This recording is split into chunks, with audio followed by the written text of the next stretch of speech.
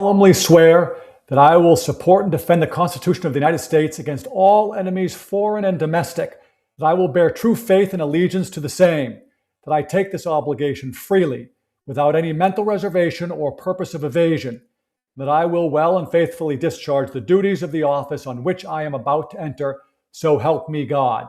That is the oath of office that all people, every time Congress is seated, every 2 years, they take.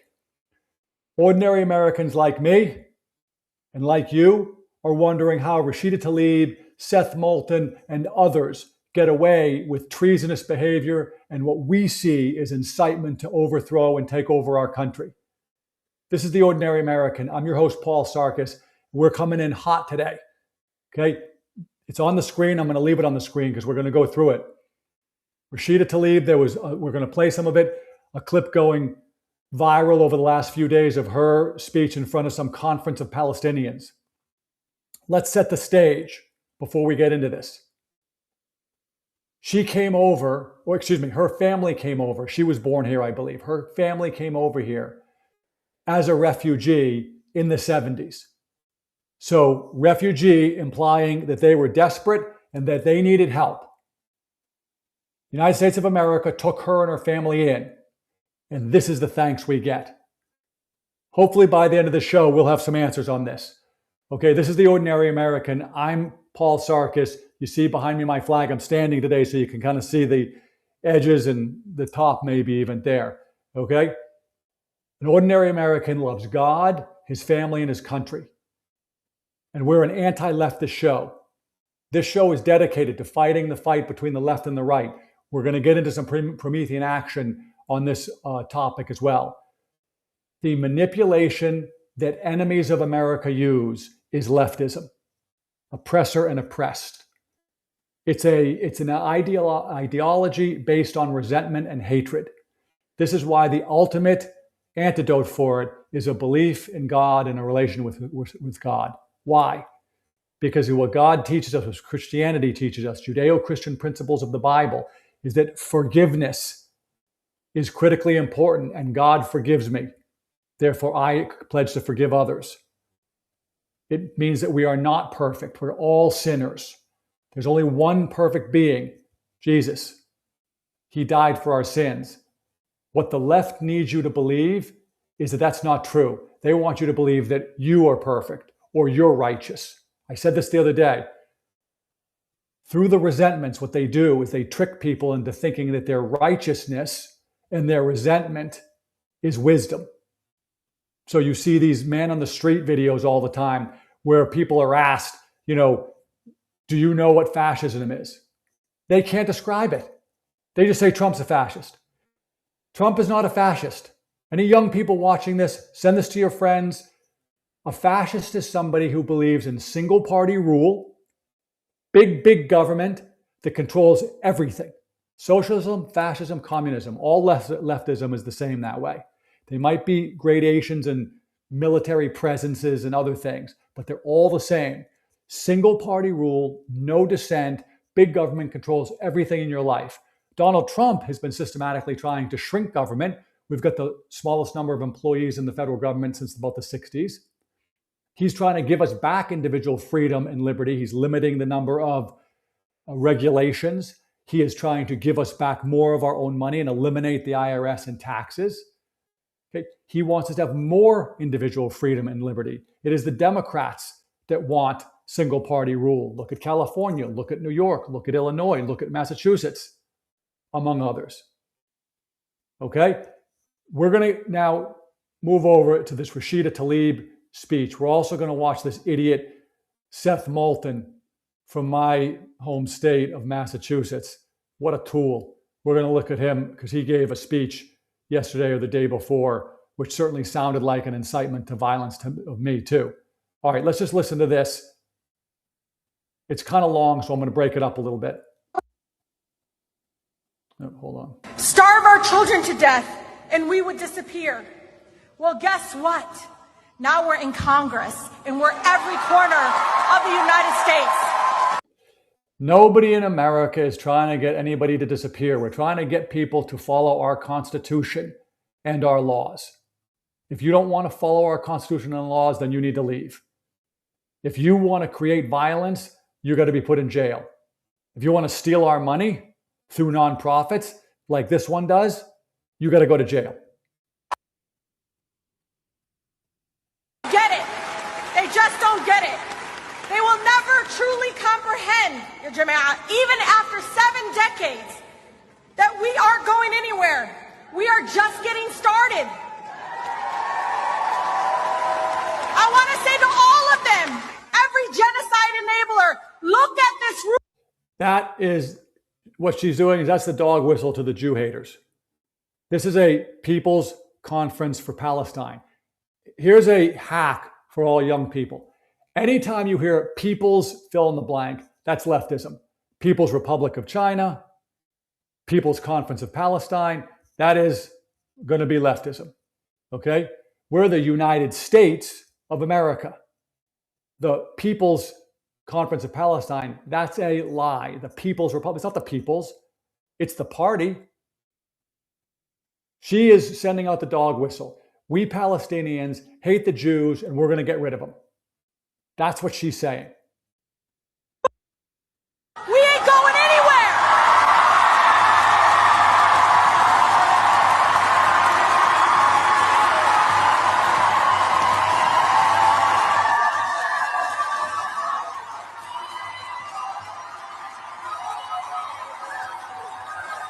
We are just growing and growing and growing. We are bringing siblings from other movements with us. Siblings from other movements. This is leftism.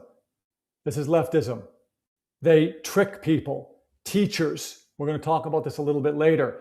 They trick you into thinking you're with their movement. You are not. Gay people, these people trick you into thinking you're part of their movement. You are not. Please, no gay person should go over to an Arab country and try to fly the pride flag. You can go over to Israel and fly the pride flag because you are welcome in Israel. You will not be welcomed in Gaza. You will probably get killed. They haven't told you this. You are not their brothers. Of the city that raised me has shown me how to fight for civil rights and justice and against oppression. It'll show you, because I want you to be truly present in this city. Her family came over as a refugee from somewhere in the Middle East. I don't know her history. And she claims that she's oppressed now, living in America, being in Congress, having a nonprofit, making millions of dollars. She's oppressed. She wasn't oppressed, I guess, when she was a refugee. Strength is not just Demi Palestinia. It's that as an American, this city taught me that the political structures that I have to work in, that we all are surrounded by, was built on slavery and genocide and rape and oppression. Detroit taught me that these institutions will never save us. So that's, by the way, that's one of these tricks. That's like, hey, look, squirrel. They want young people to get confused. First of all, America wasn't founded on those things. Those are part of our past. Slavery is part of her past too. Part of everybody's past. Everybody's past. Muslims were the worst enslavers of almost any person on earth. Millions of slaves in the Muslim community. And way longer than in North America. That's the confusing part. She's trying to confuse you. She's trying to say, you should be angry at that. No, that was your ancestors. That was what was going on in the world. America has made amends, not only by losing 700,000 people fighting a civil war over that, but the founding fathers, as I've been over before, in the Declaration of Independence, the very first draft, which did not pass, had one of the grievances that the King of England would not allow the colonies to get rid of slavery. Why was it taken out? Because the future Democrat states of South Carolina and Georgia, slave states, wouldn't allow it. And they needed to have unanimity. Okay? She's using this to trick people. This is what the left does. Detroit will remind me constantly, the community mothers, that it's not the genocide enabling Congress or the White House. That's another Jew-hating dog whistle. She's trying to say that the Congress supports Israel. us. It can only be us.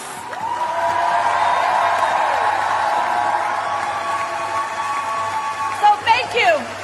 Thank you from the bottom of my heart for your incredible courage. This is the least we can do is show up. The least we can do to try to save lives. This is at home and abroad. What's been tested right here in the streets of America? We are willing to do to all of you. I can't take it anymore. I got to get rid of it. Okay? You get the point. To me, to an ordinary American, that's inciting violence. To an ordinary American, that sounds treasonous. She had to take that same oath I just read, which I will put up again, because I want to go through the language and see if you think you see what I see. I'm going to go to this, that I will bear true faith and allegiance to the same, the Constitution, that I take this obligation freely without any mental reservation or purpose of evasion. Does that sound like she takes defending the Constitution without any mental reservation or purpose of evasion? It certainly sounds like she was trying to evade. She's saying, now we're in Congress. She's saying, I lied. I got us into Congress. Now I have power. It is disgusting. All right. I'm going to show Seth Moulton. This is another, this guy. He's a Democrat from Massachusetts. Pardon me, I was being redundant. Okay? That place is so jury-rigged, gerrymandered, that there are no Republican Congress people, even though 40% of the state voted for Trump. Okay? Let's get this up. Here we go. Oh, wrong one. That's the one we're going to play a little bit later. Here's this one.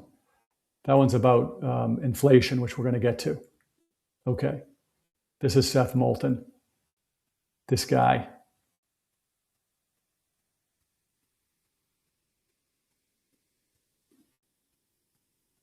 Know what it means to be an American. And every one of us should be angry right now in this moment and willing to stand up for our values, the values that have always made this country great. And anyone who's just letting these MAGA autocrats get away with this needs to fight or get out of the way. It's time for us to stop this. So if you're on your way to Maine right now, thank you. If you're standing up and fighting in your community, thank you.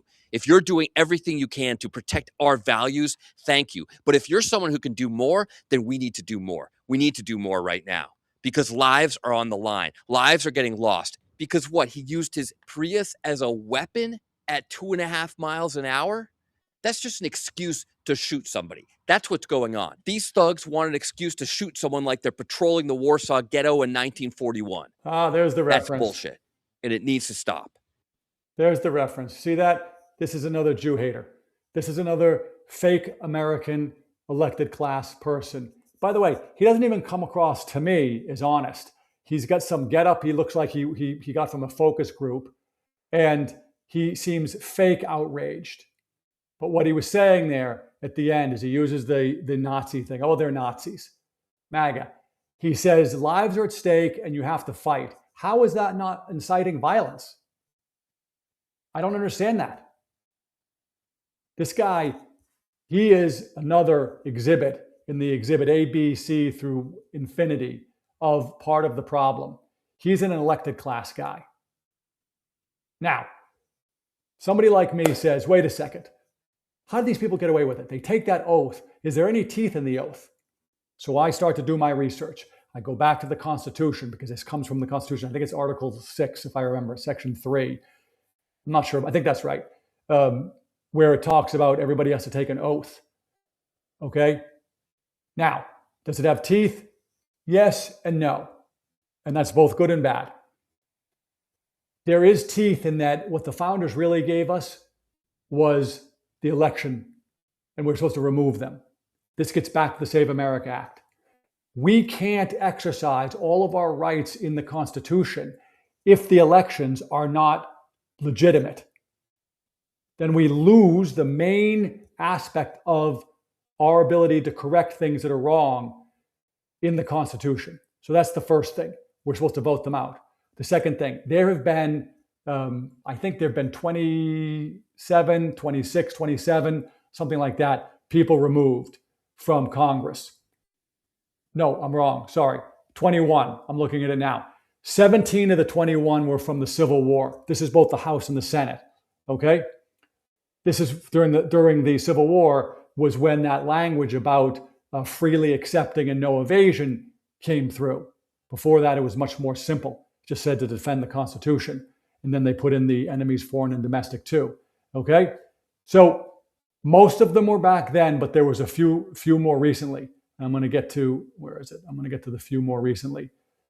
The one that we'll remember most is the George Santos one. For an absolute knucklehead like George Santos, Congress gets themselves together and they remove somebody. But they can't remove somebody like Seth Moulton inciting violence, or Rashida Tlaib clearly spouting revolutionary anti-American nonsense. Or how about Ilhan Omar? Again, I'm not sure about this, but I think there's 32-ish non-American born members of Congress, both House and the Senate. A couple of those, Ted Cruz and a couple of others, were born to American parents, but overseas. I think Ted Cruz is in there. And I think of the 32, maybe 8 to 10 of them were Republicans and the rest are Democrats.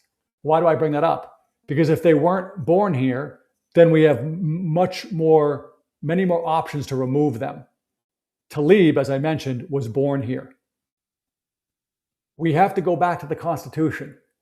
This is an oath. The courts have been very clear that when politicians are saying things, both because they have free speech protections against government, but also in their job, they have latitude to talk about things, which we want. So they have wide latitude. But to me, when we talked about this the other day, and I think it's Brandenburg, they talk about the limits to free speech. This is inciting violence. This is telling people, Seth Moulton said, lives are in danger and you have to get up and fight. That seems like inciting somebody to violence. This is not a good situation. The primary way we have to deal with this is by voting people out. I believe if you go to California as the most extreme example, if we had legitimate elections, really legitimate elections through things like the Save America Act, so only US citizens can vote and you got to prove it. Okay, not like that idiot Slotkin said, where married women have to bring a birth certificate. You do not. Okay, not at all. But you do have to approve at some point when you get registered. I do too, that I'm an American citizen. Anybody would. Why? Because if you look in California, I suspect California would be somewhere between almost a red state and a red state if it was legitimate elections. Almost. All right, this is crazy making to me, because when I wasn't even going to do this, and then I saw the Seth Moulton thing, and I said, you know what, I gotta at least talk about it. I'm sure other people are as frustrated as I am. The main tool we have is to vote them out. We need the Save America Act to do that. Little side note, Lindsey Graham's sister was appointed senator to fill out his term. I doubt she's going to run for the Senate, but whatever. Hopefully she's a Save America Act voter. You know, Trump said in one of the calls he had after his death that he said that Lindsey Graham told him we're going to get the Save America Act passed. I couldn't tell whether that was just two guys talking aspirationally or if Lindsey Graham knew something. But that's what Trump said. Okay, I want to move on and talk a little bit about the Iran situation. Oh, you know what? Freeze, forgot one thing. While Seth Moulton is pontificating, in my opinion, inciting violence, here's the stats coming out of Massachusetts. Here's the stats. Where is it? Over half of Massachusetts kids can't read. That would be most educated state in the nation, okay? So while he's worried about getting people to stand up and fight against MAGA, you and me, the state, which is supposed to be the foundation of education in America, half the kids can't read. That's great, huh? That's what we need. They don't want the kids to read, okay? They do not want the kids to read. Why don't they want the kids to read? Because if the kids can read, then they're going to be smart and they're going to be able to question things, and they don't want that. They cannot have it. Okay, all right. Now we are going to move on. All right. The great Ned from the Middle East. I talk about him a lot because he gets me great information. One of the things that he has sent me, and he sent it this morning. Let me roll the film back. If you watched yesterday's show, I highly recommend you do. I think it's a great show. I think we did a lot of good work. We talked a lot about the Iranian idiots and how they keep on making one bad decision after another. How do they keep on making bad decisions? First, they didn't make a deal. They could have kept their money. They could have made a deal, avoided a lot of suffering and a lot of death. They didn't. Now, most of them are dead. They're getting killed. We're doing more attacks. We're taking out more of their military. Ned just told me maybe an hour ago that they were under another air raid siren because Iran is bombing again. And that's in Kuwait, I believe. He's in there today. He bounces around in the Middle East. Okay? But one of the other things that the Iranians are doing that's absolutely retarded, and they probably don't care because they figure they aren't going to live long enough, but the other Gulf states should care, and the other GCC countries should probably start to do something, if they can, militarily, to stop this. But as the Strait of Hormuz has been closed, other Gulf states are starting to figure workarounds, building pipelines, working on shipping from one place to another on land to get around the pipeline. That's one thing. The second thing is the rest of the world has to move on. It needs oil and gas. Iran doesn't get to dictate the energy needs of other countries like China, like Japan. What we've already seen is America's done two major deals that I've read about, one with Japan and one with the EU. Both didn't exist prior to this Iran situation. Prior to Iran, they were getting their oil and gas through or based on the strait being opened. Why am I bringing this up? These deals aren't like, trading a paperclip or a baseball card. These are complicated deals. Oil and gas comes out of the earth. Yes, there's grades. They're not 100% exactly the same all the time. So when a country like Japan or a place like the EU gets a deal and they start taking in their oil and gas and they bring it in their refineries and they work with it, there's a little bit of art to it. It's recipes. It's not exactly just cookie cutter. Why do I bring that up? It's not so easy to change the deals. So these countries will often keep the oil and gas deals even longer than one might suspect, even pay more because they're used to it. They have the shipping down. They understand the players. They know how to work with the grade and the blend of oil. Their refineries are set up for it. It's harder than people think to do a different deal. So that deal with Japan, that's coming from here, from America. That deal with the EU, that's coming from America. That's two big places taken off the map. China has been doing deals through Canada. We're going to show that here in a second. This guy I think he's a Kuwaiti businessman.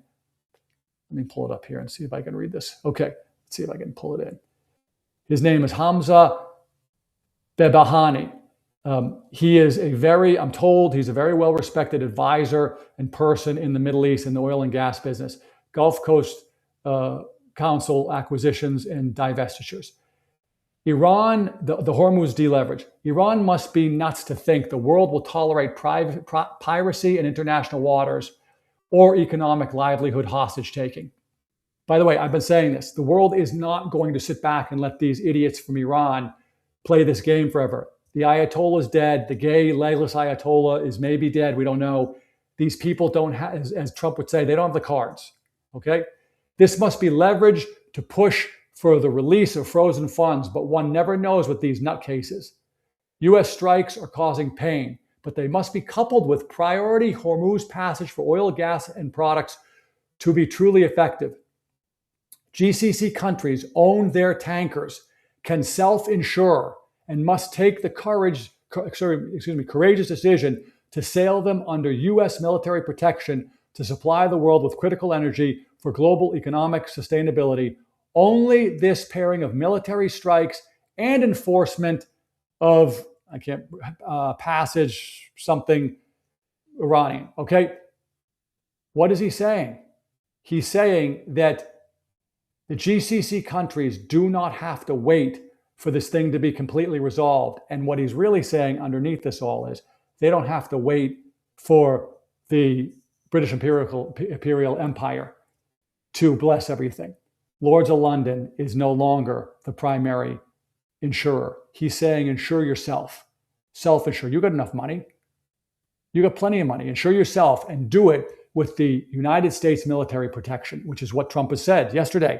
He said, we're going to be the guardians of the Hormuz Strait. He's letting the world know it's open and we're going to do it. So Iran is doing ridiculous damage to the world and to themselves because they're all going to wind up bone dust.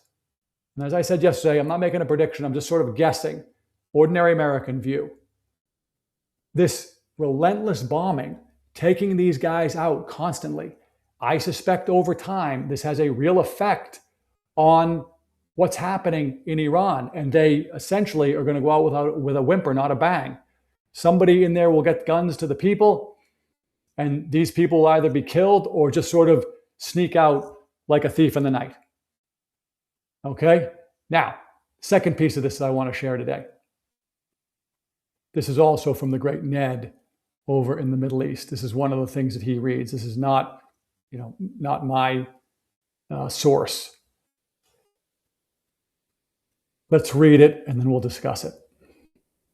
China's crude imports just cratered, but this is the person who wrote this, but I've been watching the other side of this, and the replacement flows are already moving. TMX, this is a pipeline in Vancouver. TMX exports out of Vancouver topped 500,000 barrels a day in June. It's the highest since November, most of it heading to China and South Korea. Brazil crude loadings also set a record last month. China taking the bulk of that too. TMX volumes are holding above 500,000 barrels a day into July as well. Meanwhile, Hormuz crossings tanked again over the weekend. This is this past weekend, way below the levels we saw right after the Memorandum of Understanding. Still not convinced any of this reverses though. TMX capacity isn't going anywhere, and Brazil has more production coming. If Asian refineries lock these barrels into their regular slates, there's no guarantees they'll switch back to the Gulf crude, even if Hormuz normalizes. This is what I was just saying. This is the point now, guys. Okay? It is not a sure thing that once this situation is over, that this business will flow back to the Middle East. This is not 1975. They do not control the world's oil. They have a lot of it. But Iran doesn't care. These leaders don't care because they don't even believe they're going to be alive. And if they're alive, they can't see that far. They're worried about getting killed today. Saudi, Oman, Bahrain, all of them, Kuwait, UAE, they all got to start to be concerned that these new deals are being formed, both with American companies, with the Vancouver pipeline, that thread mentioned Brazil. They didn't even mention Venezuela. Venezuela is now, sort of an arm of the US, but that's capacity. Once these deals are signed, these various countries that need the oil and gas, they aren't just going to switch them. And price alone won't do it. You won't just be able to say, I'm going to give it cheaper. That won't. Because as I said before, these countries get comfortable with their supply chain, and it's a little stickier than that. So the Iranians are helping us in the long run. By the way, this is a workaround to say Trump is smarter than they are. Trump knows this sucks. Trump knows that we're watching the pump, and I just saw the oil go up over the weekend, obviously. Okay? So he knows that hurts us. But he also knows that longer term, with all this oil and gas now coming from the Western Hemisphere over to the rest of the world, that's a wonderful thing for us long term. Huge amounts of profits, jobs, etc., in and around oil and gas in those areas. Venezuela too. And if we want to rebuild Venezuela, you're going to need income. If you want the South American and Central American move towards conservatism, which we've shown before in other episodes, they're needing revenue. And it's good for the Western Hemisphere that they're going to be producing, and we all can use it too. Iran remains the stupidest people in the world. Just like that guy from Kuwait said, they're nutcases. Nobody believes them. Nobody trusts them. The truth is, unfortunately, it's sick and sad to say, nobody even wants them around. Everybody in the Middle East is rooting for Trump to kill them all. That's really what's happening. That's really what's going on. All right. Now, this relates to that. There is news on the inflation front. We got to temper ourselves because this is great news. I'm going to play it here in a second, but the prices are already gone up. Okay, the barrels of oil. Now, I do suspect strongly that at some point here, we're going to start to see some data that's going to say to us that the oil that we're getting in America is coming more and more from America or from the Western Hemisphere. There's no risk with that right now, whereas there's risk still with the stuff coming from Iran and through the Strait. This is the CNBC Rick Santelli version of the inflation numbers. Here we go. This is our June release of the Consumer Price Index, expecting a headline number to be negative 0.1%. This is 4 times more negative, minus 0.4%. That would be the biggest negative drop that we've seen since 4/20, since basically COVID timing, which really affected, of course, all of the inflation data points. So that goes back basically 6-year low. And if we look at the CPI month over month on the core, also under expectations, comes in at goose egg, 0. 0 would be the smallest amount. It would equal Jan of 21. To find a smaller change or a more negative change or minus 0.1%, that's May of 2020. And if we look at the year-over-year numbers, year-over-year headline, 3.5, 0.3 less than expected, much less than the 4.2 in the rearview mirror. That would be the lightest since March of this year when it was 3.3. Year-over-year core, 2.6, 0.2 less than expectations, 0.3 less than the rearview mirror. 2.6 equals March, 2.5 brings you to February of this year. Here we go. Okay. Great news. We'll take any good news we can get, but we got to temper it because the prices of oil and gas are going back up right now, as we're seeing on the pump. So next month, this will probably be reflected. But why is that important? That's important because we haven't even seen the price of gas go way down. I think the cheapest I paid recently, I think I paid a little under $2 at one gas station, but most of it was over $3. Sorry, not under 2, under $3, under $3. But most of it was over 3, 310, 315, 320, stuff like that. That's not back down to the low 2s where it was before the conflict started, okay? It will get there. This gives us hope and shows us, it's a little sneak preview. We get to see, hey, look ahead. That's what we got when we can get this Iran thing behind us. And every day that he bombs, the reason why you don't hear any complaining from anybody over in the Middle East is because they all want us to bomb more. So that inflation number, temper it. I'm not going and trading on it. I'm not going and saying we're all done. I'm simply saying that it's good. 1, 2, it's a indication of things to come once we can put this Iran deal behind us. If we get the Save America Act, get Iran behind us so gas goes down, get the Clarity Act through, things that we have such a big AI boom right now, and we've gone over some of the medical stuff, America can start to really feel prosperity. And I still believe that Trump is working on something big as it relates to taxes. Big. I don't know what it is, and I have no information. I have no sources. It's just me sort of reading the tea leaves. That's what I think. But this is an indication of some great things and great possibilities. Okay. I was thinking I'm gonna share something about education here in a second. There's a great guy named Corey DeAngelis, and he shares something about education here, which I wanna put up. But before I do, the great movie Signs. I was going to play it. I chose not to. I love playing the movie clips, but this one's a little long. There's a great scene with Mel Gibson and Joaquin Phoenix. They play brothers. Mel Gibson is a pastor whose wife has died. Spoiler alert. And Joaquin Phoenix is his younger brother, kind of a, underachiever, but unbelievable, great minor league baseball player.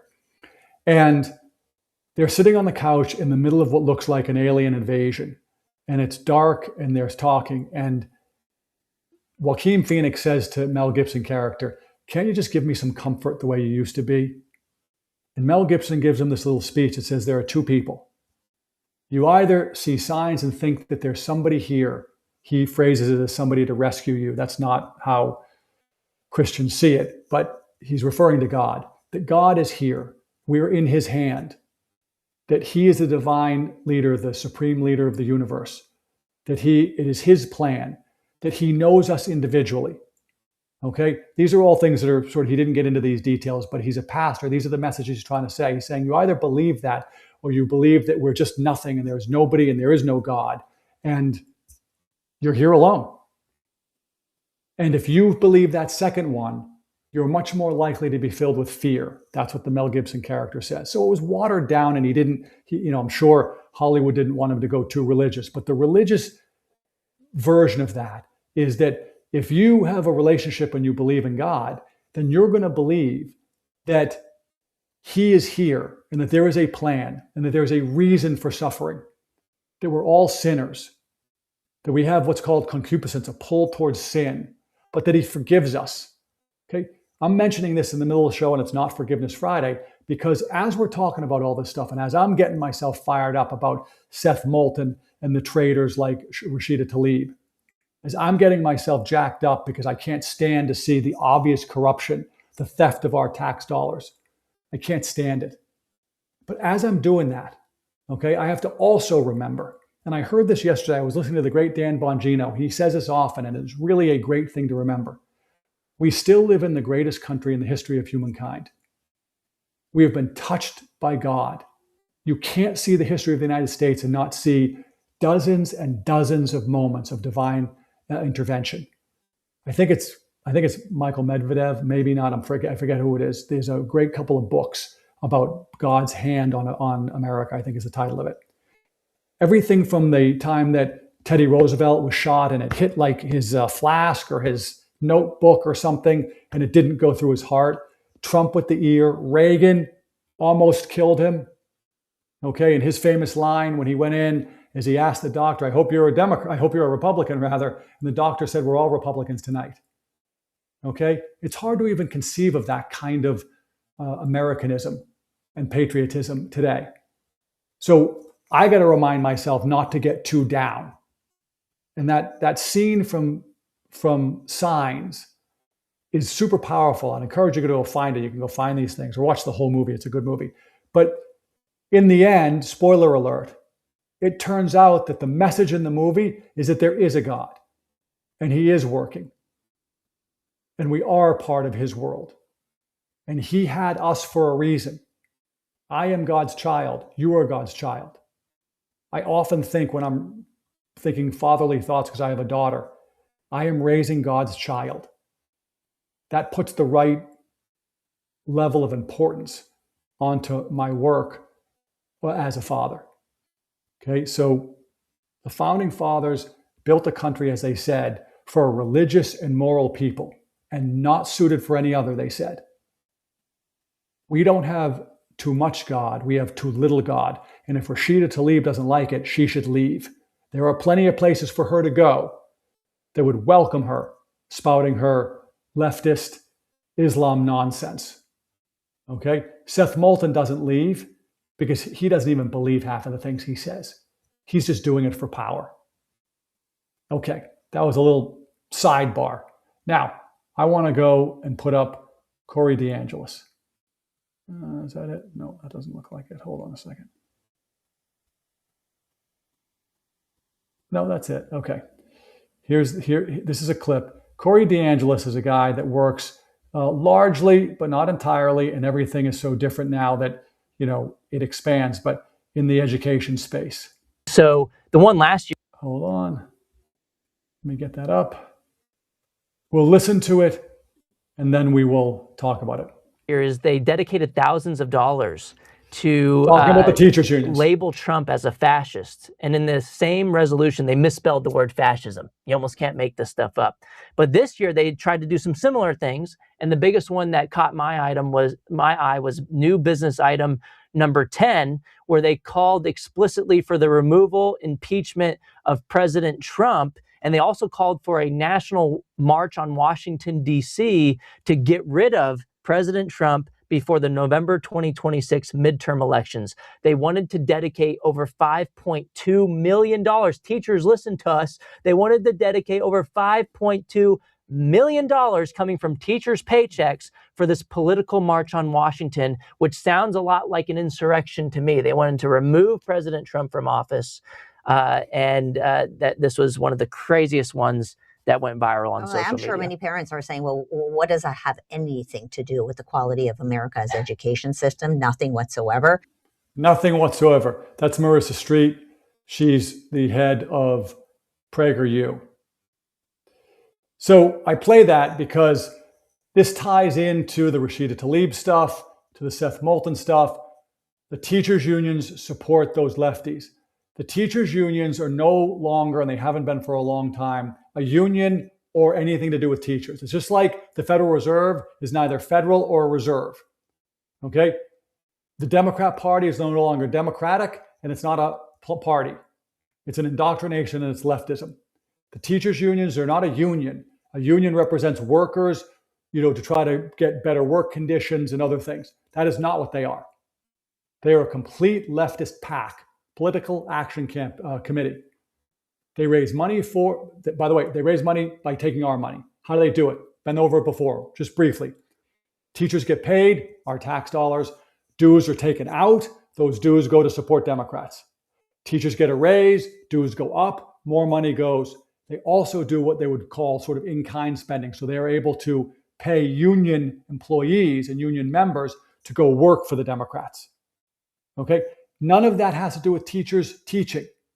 So if you're a teacher out there and you think to yourself, I love teaching, but I don't agree with trying to overthrow America, you may resign from the union. The Janus decision gave you this right.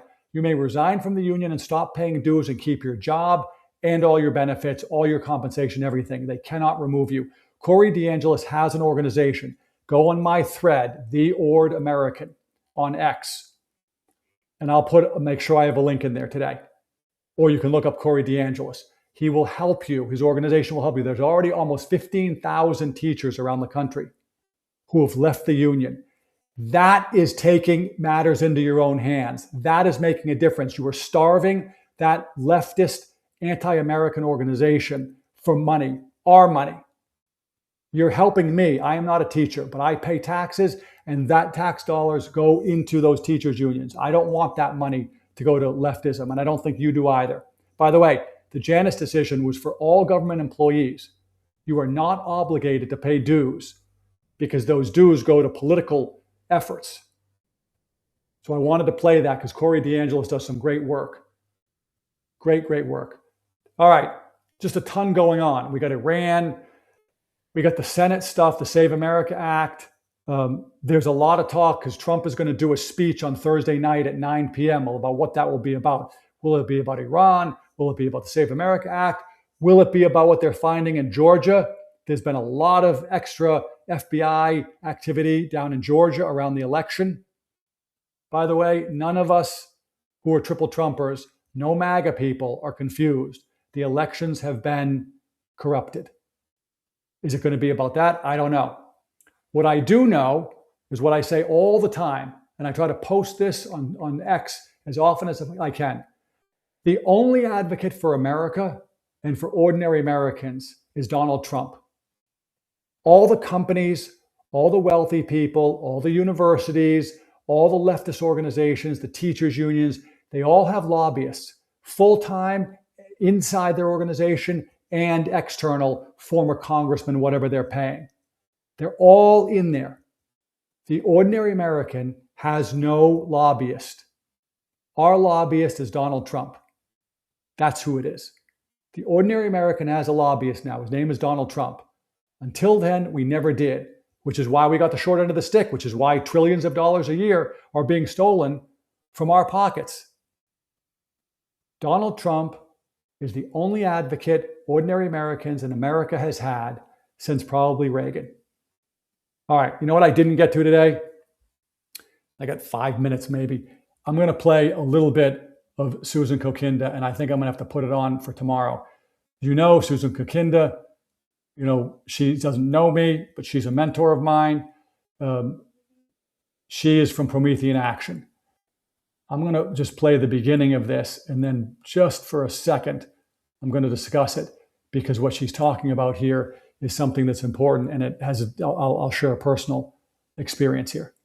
The FBI asked them not to do it. Oh, They did it anyway. Just before sorry. the president departed Ankara, the New York Times leaked classified information about Air Force One's self-defense capabilities, and they ran it at a moment of renewed hostilities with Iran and renewed threats to the president. On July 11th, the Department of Justice issued subpoenas to the 4 authors of that Times article. The DOJ made clear that it's looking for the source of the leak, and the leak of that classified information impacted national security. The real question is this: throughout our nation's history, who benefits from eliminating American presidents?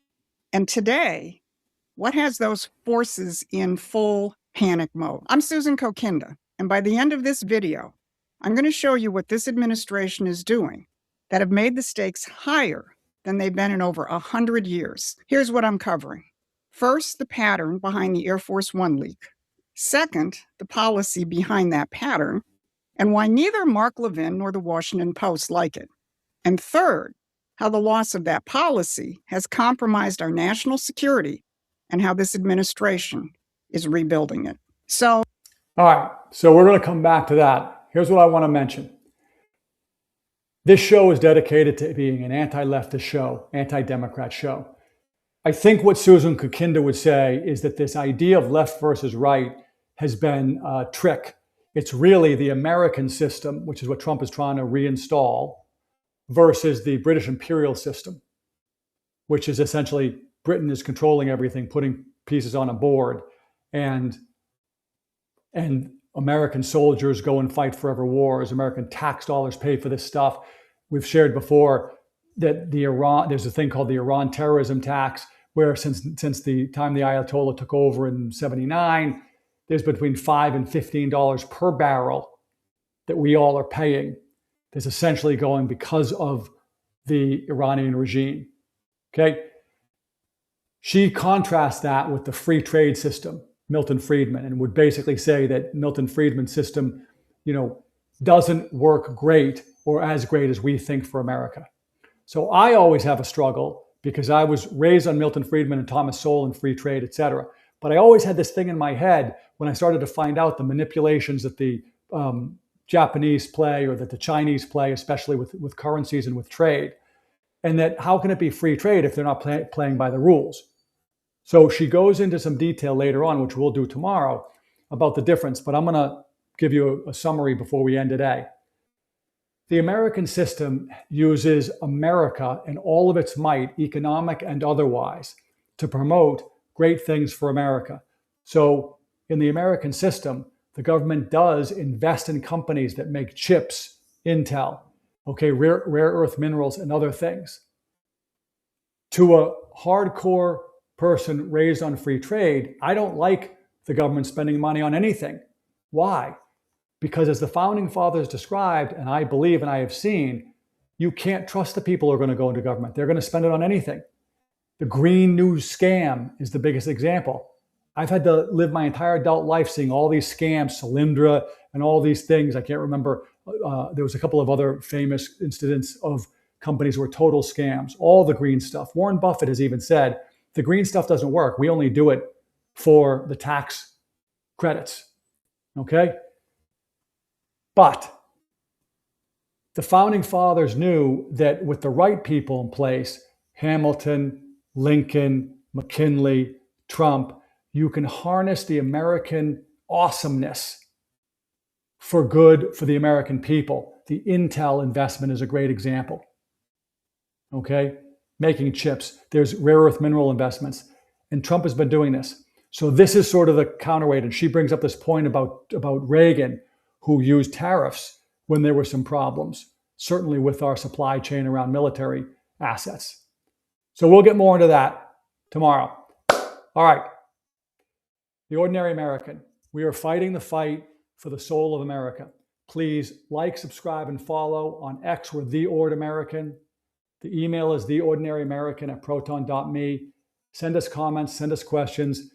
If you're the lefties, and I get your stuff, so I know you're out there, keep fighting. Because you're eventually going to come to this, because every lefty winds up in one of two places. You either come to it and you realize, oh, I got to make a change, or they get you one way or another. All right, this is The Ordinary American. As the great Father Mike Schmitz told me this morning in my ear, he's praying for me, I'm praying for you. I'm rooting for you.